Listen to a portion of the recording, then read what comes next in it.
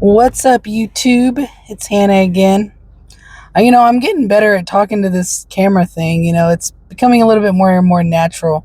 I still haven't managed to talk in front of the camera like when I'm out in public and there's other people around. Still haven't managed that, but hey, we're going to get there, right? I just wanted to come on here today while I wait on my therapy. I'm currently waiting to go into therapy. I have about 25 minutes or so to talk to y'all. And I just wanted to talk to y'all about a few things regarding going into business and using a mentorship program. So what I did, I like to take the safest route possible, right? I am a risk taker, but I'm not a high risk taker, if you know what I mean. So I thought it was necessary for me to get into a mentorship program so that way I can learn from other people's mistakes, right? I mean, that's the whole reason you get into a mentorship program, is to learn from other people's mistakes and to have kind of a shoulder to lean on when you're just starting your business. Well, my mentorship program, they fix your credit. They also help you build your LLC, or they build you an LLC depending on which package. My mentorship has certain packages where, of course, the more you pay, the more you get. And it's like a done for you program. So I got the basic one, the first one, because I like to test it out, right? So my portion of my mentorship program is just the credit repair, the courses, and they guide you on how to build your LLC, and they support you, right? That's basically what my mentorship program is. But luckily, my mentorship program that I am in, they have other things that you can do while you're waiting for your credit to be repaired, and that's where I'm at right now. I'm currently waiting for my credit to be repaired. So during this time, I am about a month and a half into the credit repair process. I haven't noticed any changes yet. I know they're coming. There's plenty of success stories in this mentorship program. Like, I did my vetting. So if you are looking to get into a mentorship program for yourself or whatever business you're going to go into, please do research and vet the mentorship program. Research the company, research the CEO of that program. Just do your own research, right? And just make sure like what you're getting into is like legit and they're just not going to take your money, right? And I personally, I'm enjoying my mentorship program.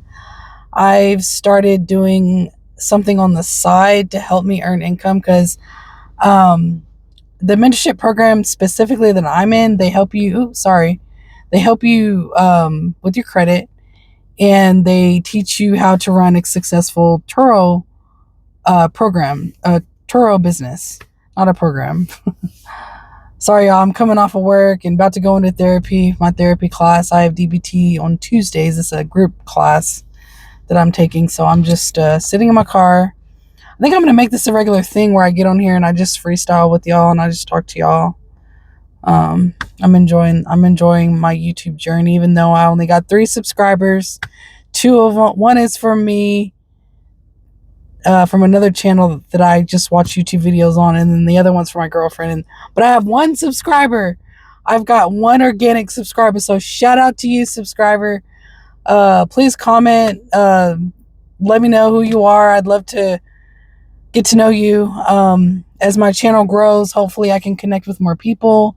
Hopefully YouTube's algorithm will push this out. But if not, hey, YouTube's a long journey. So I'm not looking to get monetized within my first month. I'm not doing any of that. Okay, I got sidetracked.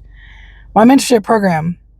So if you don't know what Turo is a car sharing platform. Basically, you can do Turo one of 2 ways. You can either finance all your vehicles. You can go into this once your credit gets repaired, because we all know credit is king. Cash is good, but credit is king, right? If your credit's bad, you really can't do anything. You really can't do anything. So that's number one, is to get your credit right. And that's what the mentorship program they do. They help you with getting your credit right. Then secondly, you can do Turo one of two ways. You can finance your vehicle, or you could go the cash car route, which I don't have $10,000 of cash laying around. And I assume if you're watching this video, you already know what Turo is and how it works. But if you don't know, it's just a car sharing platform. My process and my plan is to, I currently have a car that I'm almost done paying for. I only have like, I think maybe $2,000 worth of payment left. I have a 2016 Honda Accord that I plan on getting some maintenance. It's a 9-year-old car. It needs a little bit of maintenance, just some alignment and some detailing. And I plan on putting this car on the platform. And then I plan on financing 2 other vehicles. One is a vehicle that I want, that I'll keep kind of as like my new daily driver once I get it. But I'm also going to put it on the Turo platform. But I'm looking to get a Honda Civic, a newer Honda Civic. I think they're clean. I really love the sport trims. I'm looking to get that. What I really want to get, it's not a dream car or anything, Honda Civic. I have a Honda Accord that I've had for 9 years. I mean, Honda is just always a safe option for me. So I plan on getting a Honda. The new Accords are actually growing on me. So I'm either going to get a new Honda Civic or a new Honda Accord. Not a new one, but a used one, gently used one, right? Got to upgrade, right? You got to get those new safety features and shit. And I want to look good, you know? I'm one of those people, like, I want to look good going down the road and shit. So, but yeah, I plan on, that's what I'm planning on doing when I get my credit right. If you don't know, you can actually finance as many vehicles in a 30-day period before they hit the credit bureau. So I'm not going to be like those people that go in and finance 5 or 10 vehicles.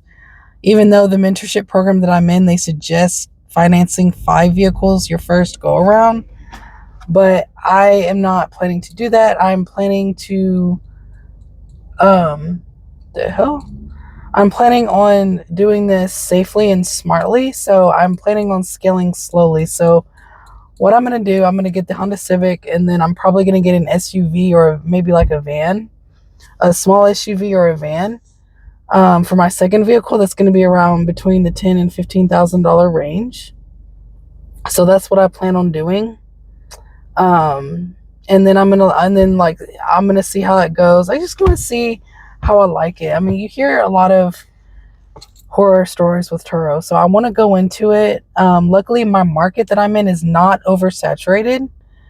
So the market that I'm in is not oversaturated. It's the perfect market, to be honest. It's perfect. So I plan on doing that and just going from there. But I also started another side thing. I started reselling on eBay recently. I have a lot of stuff laying around the house. So I started reselling on eBay, and I've already have two items that are sold. I started like 3 or 4 days ago. I think 3 days ago, actually, to be exact. And I have 8 items up, and I have 2 sold already. Well, they're both on bids, but you can't back out of a bid on eBay unless they have a good reason. But I consider those sold because they bidded on them, so I assume they're selling. And one item is over $130. It's a piece of jewelry that was gifted to me, so it's 130% profit right there, right? So any free items that you have that are worth something, you're not using, put on Turo. That's what the car sharing platform is for. Oh my gosh, I completely blanked out. Don't put on Turo. Sorry, that person pulled up and was like completely distracting me. But don't put on Turo. Oh my gosh, put on eBay if you're using it. And if you're not using it, put it on eBay to sell. And this is just something I'm going to do on the side while I do Uber. Oh my gosh, my mind is everywhere, y'all. This is just going to be something that I do while I wait on Turo, my credit and everything to get repaired, before I can get my Turo business taking off, right? So, but I'm really enjoying it. I'm really enjoying taking the pictures. I just got like a small 12 by 12 photo booth from Amazon. If you don't know, to get a photo booth on Amazon, please get a photo booth. It is amazing. I'll eventually do a video on all that, and doing their eBay reselling. Eventually, I'll do a video on that. But yeah, I mean, mentorship and eBay, it's what's gonna get me out of my 9 to 5. And if you've seen any of my other videos on this channel, you know that that's my main goal, is to quit my 9 to 5. And I definitely feel like eBay and Turo is what's going to get me out of my 9 to 5. So I definitely need right now, as I'm going into Turo, I'm going to need to keep my job, because I need to have that income to show that, hey, I can get these vehicles for Turo. But I plan on financing 2 vehicles, and then once I start building up some cash in my business bank account, I plan on maybe getting a cash car for like $10,000, and then just scaling from there. But I personally, would rather go the finance vehicle route, just because I don't want to deal with a big, large payment up front. I don't want to have a $500 payment for multiple cars, and just because I've never done Turo. But as I scale, I am planning on getting nicer vehicles. But I'm definitely planning on getting the Honda Civic or Accord. I know it's not what I want. What I really want is a GR86 or a Audi S4. But sports. Those are sports. One's a sports car, one's a luxury sedan, a performance luxury sedan at that. And those are cars that I want to get under my personal name. I don't want to put those in the business name to put on Turo, because you shouldn't be putting. I mean, I'm not gonna get. I mean, if you know about a GR86, you don't want to get an automatic. You want to get a manual transmission, and you wouldn't put a manual transmission on Turo. That's just stupid. Me personally, I don't plan on putting a sports vehicle on Turo for a long time. I do think people take advantage of sports vehicles on Turo, so I'm not going to do that for maybe like a year, maybe a year and a half. But anyway, y'all, I just wanted to get on here and just tell y'all my plans, and saying, if you are on the fence about joining a mentorship program, do it. I mean, just research. Do whatever you're planning on doing. Research. Do your research. Look into the CEO. Look into the actual mentor that you're looking to get into, and just do your research. Mentorships are good. A lot of people talk shit about mentorships. I don't understand why, because they read a lot of bad things about mentorships. Oh, they're not in the business. They just make money from referring all these people. But I mean, honestly, that's the whole goal, right? The goal is to get into business and then eventually automate that business to where you can start another business. I mean, that's how you keep the cycle going. That's what you want to do. So that's what I plan on doing. So I don't understand why people talk so much shit about mentorship programs. If you're in a mentorship program, please comment below and let me know what mentorship, what business you're getting into, or what business you're in, or if you're just a business person in general. Let me know your thoughts about Turo, or just mentorships in general. I'd like to know what other people think, but I personally think they're great. There are mentorship programs out there that are geared to scam people. That's why I suggest do your research before you pay for anything. But they're a great resource. You learn from other people's mistakes. You get the full step-by-step blueprint on how to do whatever business you're going into. And I personally would suggest it. I have nothing but good things to say about my mentorship program. There's a couple of things that I'm like, maybe I would do that differently, but it's not my mentorship program. I do plan on maybe doing a mentorship program once I, once I can automate my Turo business, once I can hire employees to go clean the cars. But Turo, I'm going to talk a lot about Turo and reselling just because that's what I'm doing. But Turo is not passive. There's no business out there that's going to be fully 100% passive. Even if even hiring employees, you have to put in some work. You have to put in that work to go into hiring your employees for your business. You have to clean cars. You'll have to be on the phone with Turo support when something goes bad, when one of your cars gets into a fender bender or something. So, this is not passive. I'm not looking for passive income because honestly, I don't believe that there's truly a business model out there that's passive. Even trading, you have to get up and you have to put in the work with trading.